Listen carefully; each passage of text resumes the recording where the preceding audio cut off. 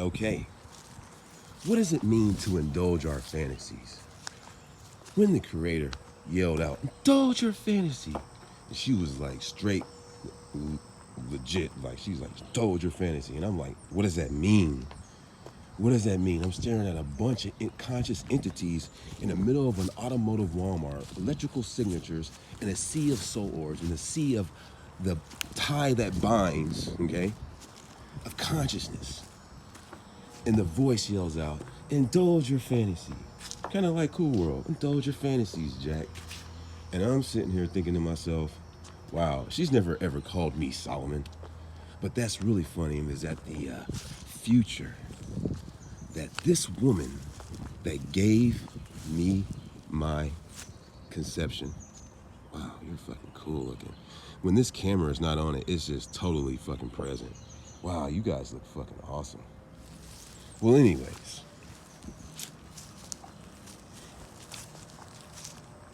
she never calls me Solomon. But the woman that had conceived me, wow, I got my train of thought back. Whoa, interesting. Now I'm in a different train of thought. Trained to think truth. Very interesting. Room to see the right of the world. Very interesting. All right, so the woman that conceived me wanted me to know that I was the son dude. She named me Solomon. She called me Solomon. She said, son, Solomon. You're a son dude, 3 times a charm. Make sure you remember that. They finna kill my ass. She fucking sent me a code because she named me that, okay? Now, how profound is that? You're gonna be the being of flight. They're gonna kill me.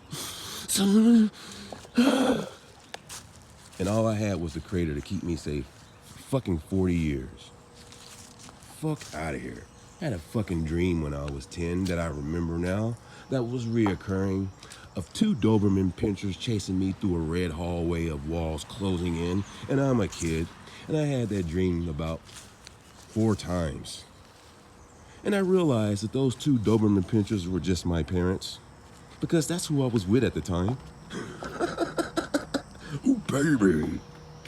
Now, when I think about the plethora of ideas of indulging my fantasy, to break forth the 4th dimensional plane, there is a chakra that sits in the heart and a space that sits underneath the heart that when you are happy about something in your life, that you kind of lean back and you chummily smile with the upside down curvature of your lower eyelid, only to indulge what is to make you pleasured.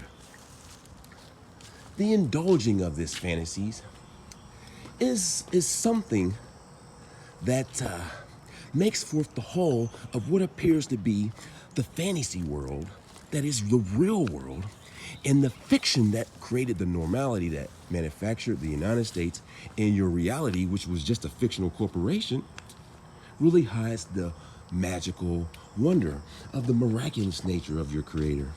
And this place was just like a dream world. It was more like a cartoon world or an impossible Superman world or something like you would see in a damn TV show that you would just dream about.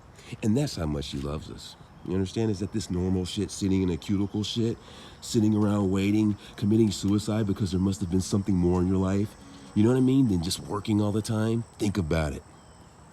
What do you really have in this place? Not a goddamn thing.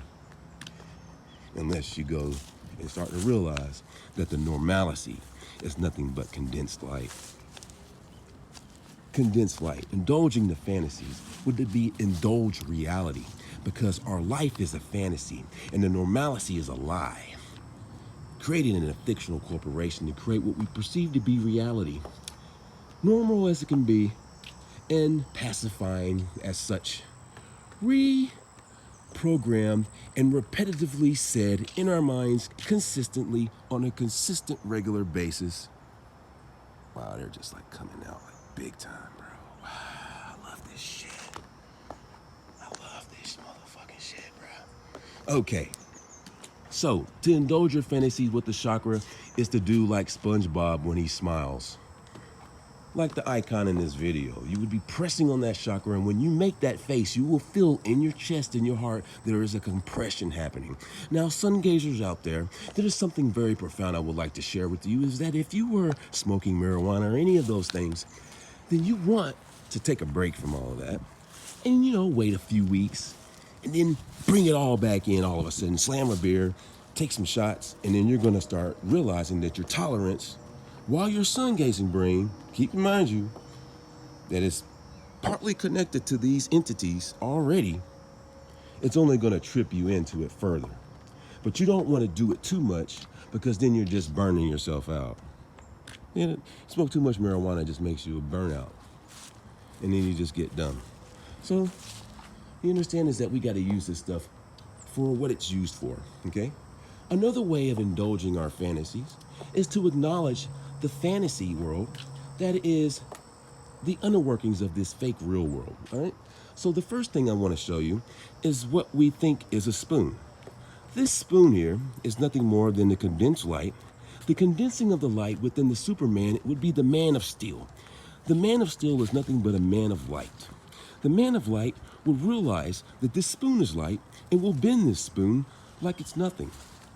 And that is an indulgement of fantasies there because you're indulging reality.